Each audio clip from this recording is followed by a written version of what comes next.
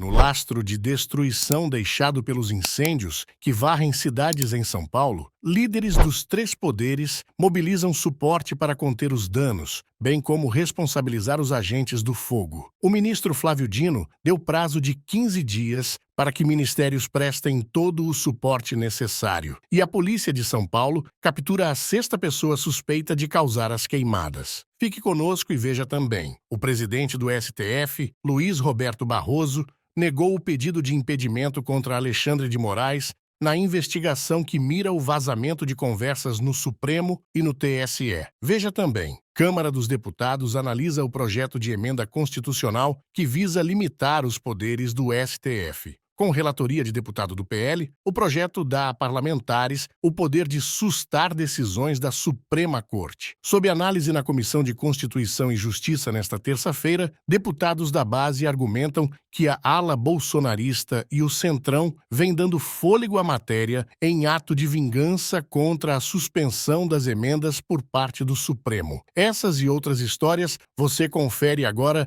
no Giro de Notícias Diários preparados pela Mídia Ninja, que mantém você atualizado dos últimos assuntos da República Brasileira. O ministro do STF, Flávio Dino, deu 15 dias para que os Ministérios da Defesa, Justiça e Meio Ambiente mobilizem forças, incluindo a Polícia Federal, Polícia Rodoviária Federal, Força Nacional e Fiscalização Ambiental para combater incêndios no Pantanal e na Amazônia. A decisão exige a reunião de efetivo e equipamentos necessários, que devem ser deslocados ou contratados emergencialmente. As pastas também devem propor ao presidente Lula a abertura de créditos extraordinários, se necessário. A medida foi tomada em resposta a uma ação do Partido Rede da Sustentabilidade. No Pantanal, os focos de calor em agosto de 2024 já aumentaram mais de 3.000% em relação ao ano passado, enquanto a Amazônia enfrenta sua temporada de incêndios que ocorre entre junho e outubro.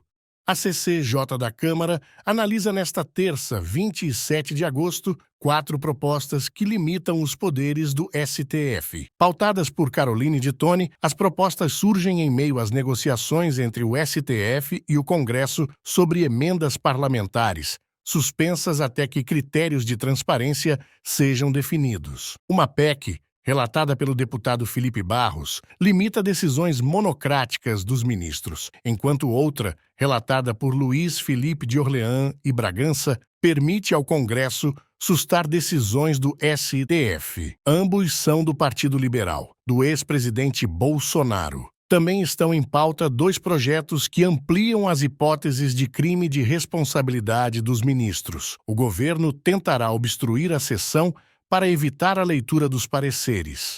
O presidente do Supremo Tribunal Federal, Luiz Roberto Barroso, rejeitou nesta terça-feira um pedido para declarar o impedimento do ministro Alexandre de Moraes na investigação sobre o vazamento de mensagens trocadas por seus assessores no STF e no Tribunal Superior Eleitoral. O pedido foi feito pela defesa de Eduardo Tagliaferro, ex-chefe da Assessoria Especial de Enfrentamento à Desinformação do TSE, durante a gestão de Moraes na Corte Eleitoral. A defesa também solicitou o arquivamento do caso. O pedido de impedimento surgiu após reportagem da Folha de São Paulo afirmar que o gabinete de Moraes teria usado o TSE para embasar medidas criminais contra apoiadores de Jair Bolsonaro com base em relatórios solicitados informalmente.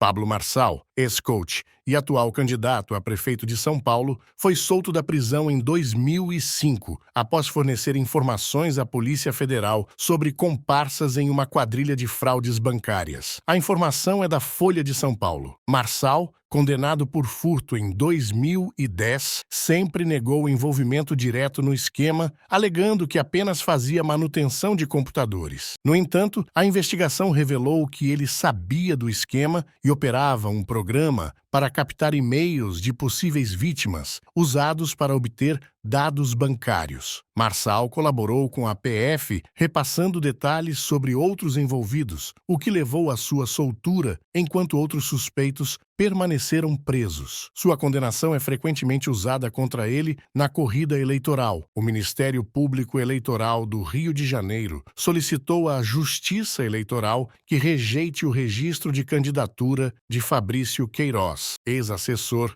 de Flávio Bolsonaro, para a Câmara Municipal de Saquarema. Em uma manifestação encaminhada no domingo, 25 de agosto, a 62ª Promotoria Eleitoral de Saquarema argumentou que Queiroz não apresentou a certidão referente a um processo criminal ao qual responde no Tribunal de Justiça do Rio de Janeiro, documento obrigatório para o registro de candidatura. A certidão, solicitada pelo MP, é um documento que resume o objeto da ação judicial e o estágio processual em que se encontra, sendo essencial para avaliar a elegibilidade do candidato. Queiroz sabia da obrigatoriedade. Fique com o corte da fala do delegado da Polícia Federal, Daniel Joseph Lerner, durante sessão especial no Senado em comemoração aos 45 anos da Lei de Anistia no Brasil. Em seu discurso, Lerner ressalta o valor dos direitos humanos no ordenamento jurídico, bem como escancara a captura da política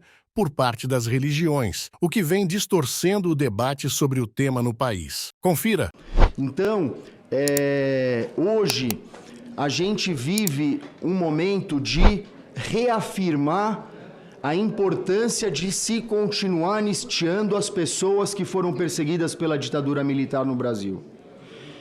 E aí é importante, do ponto de vista teórico, compreender, o principal é isso, compreender que não se trata de um fla-flu político, de ser do lado A ou do lado B. As pessoas têm os seus lados e têm as suas posições políticas. Agora, é preciso entender que direitos humanos é uma matéria que tem um arcabouço técnico. Você não pode misturar direitos humanos e religião de maneira inconsequente. Então, para se chegar à construção da igualdade jurídica, de que todos são iguais, todos nascem livres e iguais em dignidade e direitos, esse é o artigo 1º da Declaração Universal dos Direitos do Homem, de 1948.